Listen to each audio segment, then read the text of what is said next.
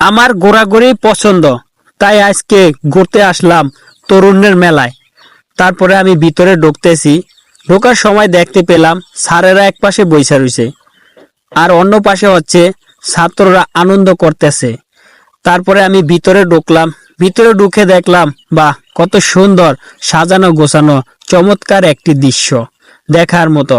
কেউ কম্পিউটার নিয়ে ব্যস্ত, আবার কেউ খাবার নিয়ে ব্যস্ত, আবার কেউ হাঁটাচলা নিয়ে ব্যস্ত, আবার কেউ বই বিক্রি করার জন্য ব্যস্ত। তারপরে আমি বইয়ের দোকানে আস্তে আস্তে আগালাম।